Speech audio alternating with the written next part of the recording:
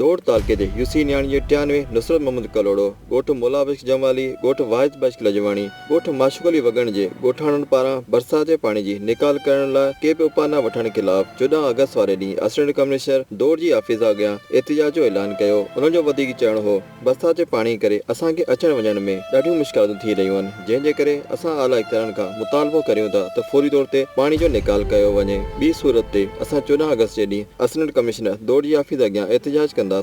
Anwar Baloch, division bureau chief, media the news HD, Nawabshah.